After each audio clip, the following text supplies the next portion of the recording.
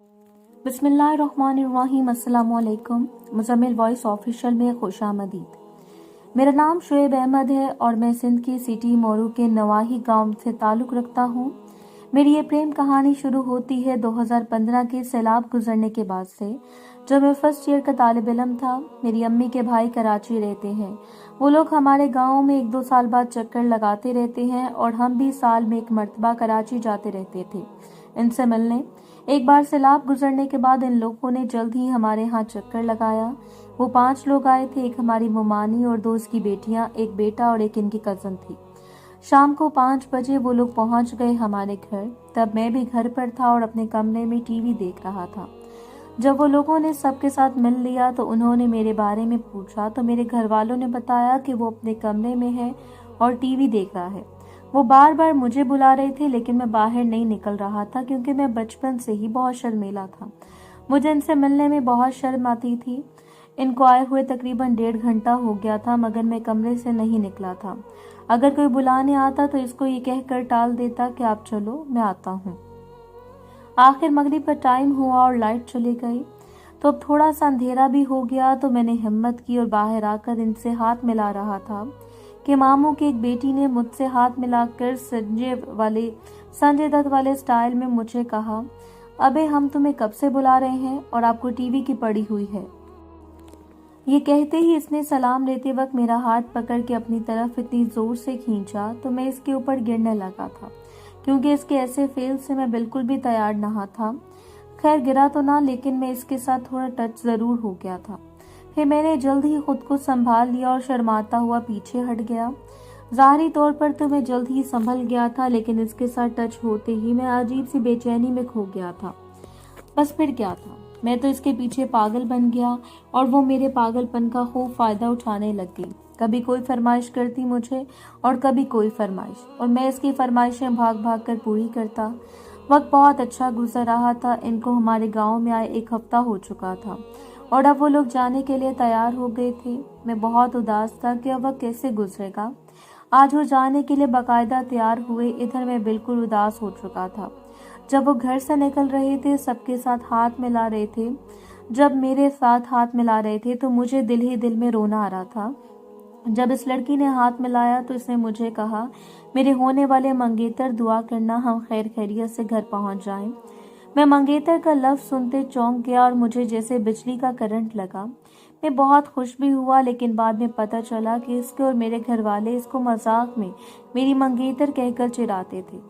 खैर वो लोग तो चले गए, लेकिन मेरे लिए अब यहाँ रहना बहुत मुश्किल हो गया था। इनके जाने के बाद तकरीबन 1 माह के बाद इसका नंबर मेरे हाथ आ गया, तो मैंने बिना किसी देरी के इसको एक शायरी का मैसेज सेंड कर दिया।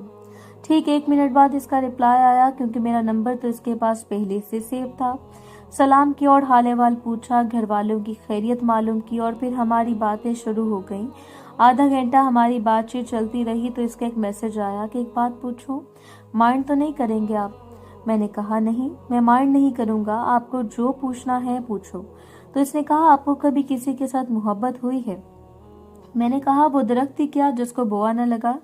तो वो समझ गई और फिर इसने कहा, नाम बताओ। मैंने वक्त आने पर कहा बता दूंगा, भी जल्दी किस बात की है। इसने बहुत मिन्नत समाजत की, मगर मैंने नहीं बताया कि वो आप ही हो जिस पर मैं फिदा हो चुका हूँ। इसका सलाम रानिया था, लेकिन सब प्यार से रानी बोलते थे। फिर जब मैंने नाम नहीं बताया तो इसने गुड नाइट कहकर रिप्लाई देना बंद कर दिया। मैं समझा कि शायद नाराज हो गई है। फिर मैंने भी प्यार भरी शायरी सेंड करके गुड नाइट कह दिया। अगले दिन फिर मैंने कुछ शायरी सेंड की तो इसने भी शायरी भेजी, तो मैं बहुत खुश हुआ कि चलो अच्छा हुआ, नाराज नहीं है। फिर रात को हमारी बहुत बातें होती रहीं और फिर रोजाना की रूटीन बन गई। रोज रात को हमारी बातें होती थी। 2 माह बाद हमारी बातें होती रहीं। फिर इसने मुझे कहा, आप इधर कराची आओ, चक्कर लगा जाओ। मैंने कहा, गंदम की कटाई के बाद मैं जरूर आऊंगा, ये मेरा वादा है। फिर कुछ ही दिनों में गंदम और छोले की कटाई कर दी, अनाज निकाला, कुछ घर रखा, कुछ बेच दिया। अब वो रोज पूछती कब आ रहे हो। मैंने कहा, कुछ दिन इंतजार करो, मेरे पेपर शुरू हो रहे हैं, पेपर कंप्लीट करके दूसरे दिन ही आपके पास होऊंगा। और हुआ भी ऐसा ही। लास्ट पेपर दिया और दूसरे रोज कराची जाने के लिए निकले हम लोग। हम यहाँ से 4 लोग गए, मैं और मेरी बहन, एक कजन और उसकी बहन।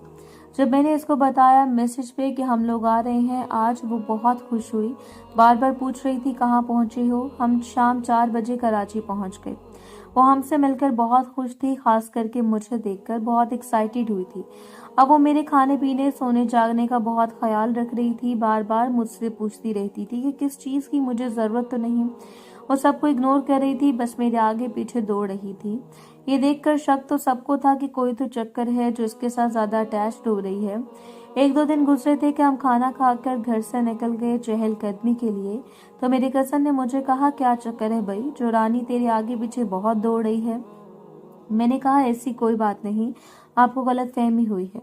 इसने कहा, मैं इतना पागल नहीं हूँ कि सब कुछ नोट कर रहा हूँ। फिर कज़न के बहुत इसरार करने पर मैंने इसको बताया कि हाँ यार, मैं अब इसके बगैर नहीं रह सकता। अब वही मेरी जिंदगी है, जीने की वजह है। कज़न ने कहा, अगर मेरी मानो तो अभी भी कुछ नहीं बिगड़ा, अभी भी अपने कदम रोक दो, वरना बाद में बहुत पछताओगी। मैंने कहा, क्यों, क्या हुआ? अभी तो ये स्टार्टिंग है और तुम ऐसा क्यों बोल रहे हो? इसने कहा, पागल मत बनो, जरा सोचो, ये कराची के लोग हैं। क्या ये तुम्हारी खातिर यहाँ का सुख चैन आसाइशें आज़ादी का माहौल छोड़कर तेरे साथ गांव आएगी? कुछ भी कर लो, लेकिन ये नामुमकिन बात है। वो सिर्फ तुम्हारे साथ टाइम पास कर रही है। मेरी मानो तो बढ़ते कदम रोक दो, वरना बहुत पछताओगे। मेरे कज़न ने मुझे बहुत तबलीग सुनाई। मैंने कहा, अब जो होगा देखा जाएगा। कज़न ने मुझे बहुत समझाया, लेकिन इस वक्त मेरे सर पर मोहब्बत का भूत सवार था और कज़न की सब बातें मुझे फजूल लग रही थी। दिन गुजरते रहे, मैं और रानी एक दूसरे के बहुत करीब आ गए थे। अब हम दोनों का एक दूसरे के बगैर गुजारा नामुमकिन लग रहा था। एक दिन रानी ने प्लान बनाया पार्क घूमने का, तो हम सब तैयार हो गए। शाम को 5 बजे अलादीन पार्क में गए। बहुत घूमा फिरा, रात 8 बज रहे थे। सबने कहा कुछ खाते पीते हैं, फिर वापस चलते हैं घर। लेकिन रानी ने कहा एक झूले पर चढ़ते हैं, फिर कुछ खाते हैं। मुझे इसकी ये बात बहुत बुरी लगी, मगर मैं करता भी तो क्या करता। रानी की बात बुरी इसलिए लगी थी कि मुझे झूले पर चढ़ना बिल्कुल भी पसंद नहीं था, क्योंकि मेरी तबीयत जल्दी खराब हो जाती थी झूले पर। रानी ने अपने भाई को बोला, जाओ टिकट ले आओ। मैंने कहा, मेरी टिकट ना लाना, मैं नहीं चढ़ूंगा। तो रानी मेरा हाथ पकड़कर मुझे खींचती हुई ले गई झूले के पास और अपने भाई को कहा, तुम जाओ टिकट लाओ, मैं देखती हूँ ये कैसे नहीं चढ़ता झूले पर। गुस्सा तो था मुझे, मगर अब इसको मना भी नहीं कर सकता था। इसकी हर बात पर लब्बैक जो करता था। फिर झूले पर बैठ गए, हाथों और पाँव में बेल्ट लगा दिए। झूला भी बहुत खतरनाक था। इस झूले का नाम यू था, बिल्कुल यू या वी जैसा ही दिखता था। बेल्ट बांधने के बाद मैं बकायदा कांप रहा था। मुझे लग रहा था शायद ये बहुत तेज चलेगा, इसलिए बेल्ट बांध रखा था। रानी मेरे बिल्कुल सामने वाली सीट पर थी। वो मेरी हालत देखकर जोर जोर से हंस रही थी। इसको सामने हंसता देखकर मेरा खौफ जैसे बिल्कुल गायब हो गया था।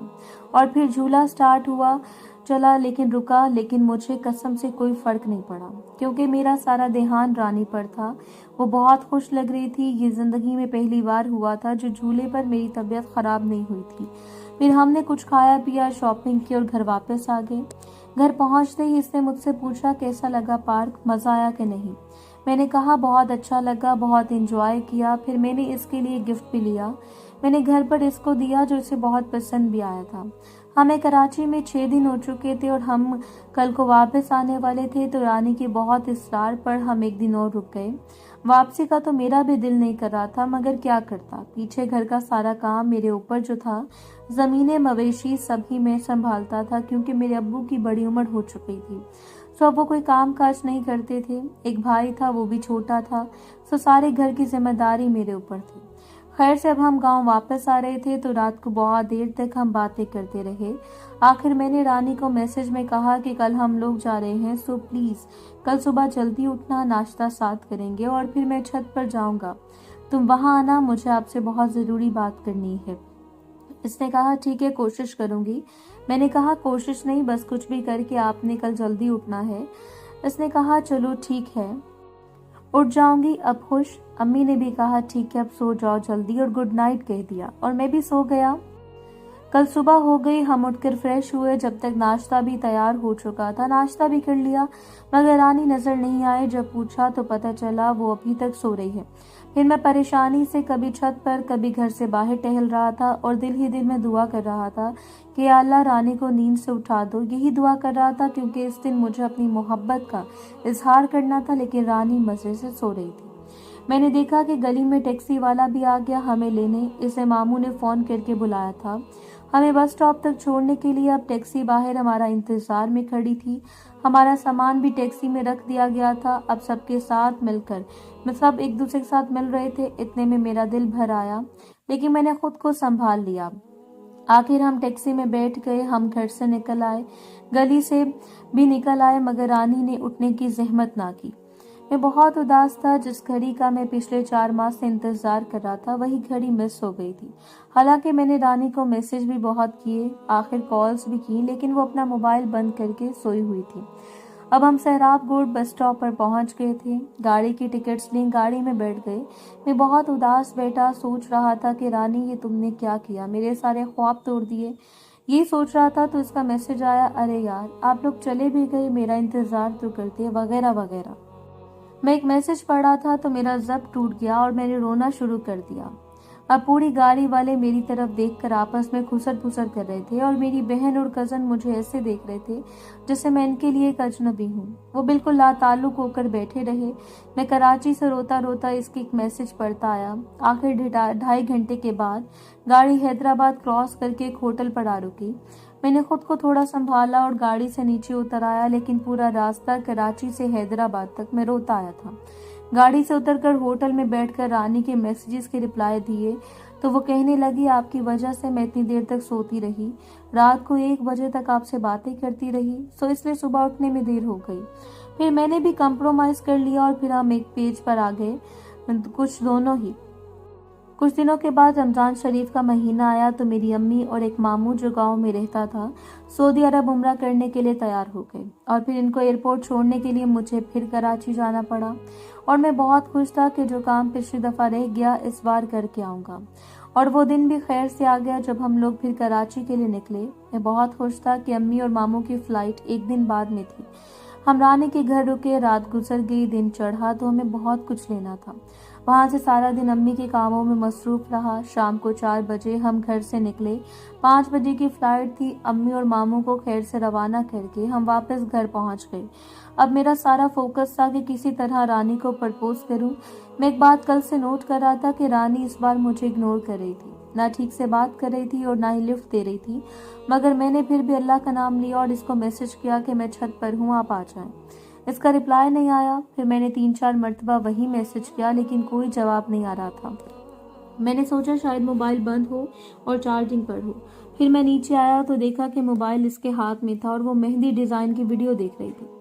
मैंने फिर मैसेज करना शुरू कर दिया। इसकी पूरी फैमिली इस टाइम साथ बैठी हुई थी। मैं इनके साथ बैठ गया, मैसेजेस पर इसको मैसेजेस कर रहा था तो इसने मेरी तरफ गुस्से से देखा तो मैंने भी आंख के इशारे से छत पर आने का कह दिया, लेकिन इसने नफी में सर हिलाया। मैं सोच में पड़ गया कि इसको क्या हुआ। मैंने कोशिश तो बहुत की लेकिन वो ना मानी और बकायदा मुझे मैसेज में धमकी दी कि मुझे तंग मत करो वरना मैं तुम्हें ब्लॉक कर दूंगी। मैंने भी दिल को तसल्ली देकर भुला दिया कि हो सकता है कोई परेशानी हो इससे। रात गुजर गई, सुबह फिर मेरी वापसी थी और इस बार मैं इजहार न कर सका। जब मैं वापस घर आया तो इसको मैसेज किए क्या प्रॉब्लम है। इसने कहा कुछ नहीं, बस मेरा मूड ऑफ था इसलिए मुझे आपसे बदतमीजी करनी पड़ी, मगर प्लीज मुझे माफ कर देना। मैंने भी खुशी खुशी से माफ कर दिया। फिर हमारी बातें तो चलती रही, मगर मैंने नोट किया कि अब वो वाकई मेरे साथ शायद टाइम पास कर रही है। कुछ दिन के बाद अम्मी और मामू की उम्रे से वापसी थी तो मैं तैयार हुआ कराची के लिए। अभी मेरा तीसरा चक्कर था कराची का। जब अम्मी और मामू सऊदीया से आ रहे थे तब मैं रानी के घर नहीं गया, बाहर से सीधा एयरपोर्ट पर चला गया। रात के 4 बजे थे। अम्मी और मामू एयरपोर्ट पर पहुंच गए। इनसे मिलके फिर कुछ खुशी थी और फिर अम्मी के आने की और कुछ दुख था रानी के घर ना जाने का। खैर से हम दोपहर को 1-2 बजे के दरमियान घर पहुंच गए। इधर अम्मी और मामू का बड़े धूमधाम से इस्तकबाल किया गया।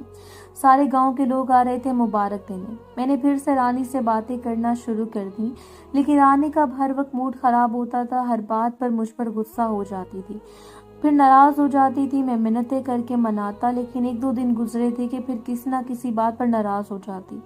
3 बरस गुजर गए और हमारी बातचीत होते होते लेकिन मुझे अपनी मोहब्बत का इजहार करने का मौका न मिला। 2018 की एक रात थी जब मैं अपने खेतों को पानी लगाने गया हुआ था। इस रात मैं पूरी रात रानी से मैसेजेस पर बातें करता रहा और मैसेजेस पे अपनी मोहब्बत का इजहार कर दिया। जब मैंने इजहार किया तो पहले तो इसने कहा मैंने आपके बारे में कभी ऐसा सोचा नहीं है, मुझे कुछ टाइम दो, मैं सोच कर बताऊंगी। मैंने कहा आपको जितना टाइम चाहिए ले लो, मगर प्लीज़ मुझे मायूस मत करना। फिर मैंने एक हफ्ते बाद रानी से पूछा कि बताओ क्या ख्याल है मेरे बारे में। तो इसने कहा देखो मैं तुम्हें हर्ट नहीं करना चाहती, सो प्लीज़ आप माइंड मत करना, पर मेरी कुछ शर्तें हैं। अगर आपको मंजूर हैं तो फिर मैं राज़ी हूँ। मैंने कहा बताओ कौन सी शर्तें हैं। रानी ने कहा पहली मेरी शर्त यह है कि आपको यहाँ कराची शिफ्ट होना पड़ेगा। दूसरी शर्त यह है कि मुझे कभी भी किसी काम से नहीं रोकोगे, मैं जहाँ भी जाऊँ जो भी करूँ आप बीच में नहीं आओगे। और तीसरी शर्त यह कि शादी के बाद डिफेंस में घर लो जहाँ हम रहेंगे, और इन सब के बाद भी अगर मेरी फैमिली राजी ना हुई तो मैं आपसे शादी नहीं कर सकती, इसलिए सबसे पहले मेरी फैमिली को राजी करो। मैंने कहा मुझे आपकी शर्त मंजूर है, लेकिन मुझे एक शर्त मंजूर नहीं। रानी ने कहा कौन सी। मैंने कहा कराची शिफ्ट होने वाली, क्योंकि मेरे पीछे मेरी पूरी फैमिली है। मैं इन सबको छोड़कर कैसे वहाँ रह सकता हूँ। मेरे घर की जिम्मेदारियाँ मेरे ऊपर हैं, ज़मीनें हैं, मवेशी हैं, और इन सब से बढ़कर मेरे वालिदैन जो कभी भी गाँव छोड़कर जाने पर राजी नहीं होंगे। मैंने रानी को बहुत समझाया कि इधर अपने शहर मोरू में आपको जो भी घर पसंद आए मैं वो खरीद लूंगा, जैसा आप कहोगी वैसा करूंगा, तुम्हें कभी किसी काम से नहीं रोकूंगा, बस एक बार मेरी हो जाओ। लेकिन रानी ने मुझे एक भी बात नहीं मानी, वो अपनी शर्तों पर बस थी। आखिर मैंने मजबूर होकर अपने वालिदैन से बात छेड़ दी और इनको रानी के बारे में बताया और इसकी शर्तें भी बताई। तो मेरे अब्बू ने कहा बेटा अगर तुम जाना चाहते हो तो भले जाओ, हम तुम्हें नहीं रोकेंगे। अगर पैसों की जरूरत हो तो इसका बंदोबस्त भी कर दूंगा, लेकिन हमें गांव छोड़कर कहीं नहीं जाने वाले, और ना ही मैं जमीन बेच सकता हूँ। अब मुझे भी मुनासिब नहीं लग रहा था कि अपने बूढ़े माँ बाप को छोड़कर अपनी मोहब्बत के पीछे चला जाऊं। अब मैं मायूस हो चुका था। मेरी बात ना घर वाले मान रहे थे और ना रानी को कुछ रहम आ रहा था मुझ पर। मैंने अपनी तरफ से रानी को मनाने की 1000 कोशिशें की, लेकिन रानी ने मेरी एक ना सुनी, क्योंकि मोहब्बत तो मुझे थी रानी से, वो तो बस मेरे साथ टाइम पास कर रही थी। 2019 में आखिर में वो वक्त आ गया जब मुझे पता चला कि इसकी कुछ दिनों बाद मंगनी होने वाली है। मैंने रानी से पूछा कि मैंने सुना आपकी मंगनी होने वाली है, क्या ये सच है। इसने कहा अभी कंफर्म नहीं हुआ, लेकिन बातें चल रही हैं मेरी मंगनी की। मैंने रानी को कहा आप ऐसा नहीं कर सकती मेरे साथ, अम्मी ने आपके लिए क्या कुछ नहीं किया। आप कैसे किसी और की हो सकती हैं। रानी ने कहा अगर आपको मेरी शर्तें मंजूर हैं तो बताओ, मैं आज भी आपसे शादी करने के लिए तैयार हूँ। मैंने कहा रानी देखो मैं आपके लिए सब कुछ कर सकता हूँ, मगर मैं अपना घर और अपने वालिदैन को नहीं छोड़ सकता। इस हाल में जरा सोचो, मैं मजबूर हूँ, मेरे बूढ़े माँ बाप हैं और दूसरा भाई छोटा है, एक मैं बड़ा हूँ जो इनके बुढ़ापे का सहारा हूँ। लेकिन इसको फिर भी मुझ पर रहम नहीं आया और आखिर कुछ दिनों बाद इसकी मंगनी हो गई। जब मुझे पता चला कि आज इसकी मंगनी है मैं बहुत रोया, पूरी रात रोता रहा। इसको मेरी हालत का पता नहीं किसने बता दिया। अगले दिन इसने मुझे कहा अगर आप वाकई मुझसे सच्ची मोहब्बत करते हो तो तुम्हें मेरी कसम है मुझे भूल जाओ और अपनी जिंदगी खुश रहकर गुजारो। अब इसकी दी हुई कसम निभा रहा हूँ और जिंदगी जी नहीं रहा, गुजार रहा हूँ। इसकी यादें मेरा सीना चीरती हैं, इसका मासूम दुखने वाला चेहरा बार बार मेरी आंखों के सामने आ जाता है। रानी के साथ गुजारे हुए पल मैं आज तक नहीं भूला। जब भी इसकी याद आती है आंखें नम हो जाती हैं, मेरा दिल बार बार टूट कर बिखर जाता है। इसके टाइम पास ने मेरी जिंदगी उजाड़ दी और आज भी मेरी हर सांस के साथ मुझे रानी याद आती है। इसका नाम भी कहीं सुन लूं तो करंट सा लग जाता है। 4 वर्ष हो गए रानी से बिछड़े हुए। मैं आज भी रानी की यादों में पल पल मरता हूँ, पल पल जीता हूँ। बस आखिरी बात जो मैंने रवानी से कहना चाहता हूँ, तुम जिंदगी की वो कमी हो जो उम्र भर रहेगी।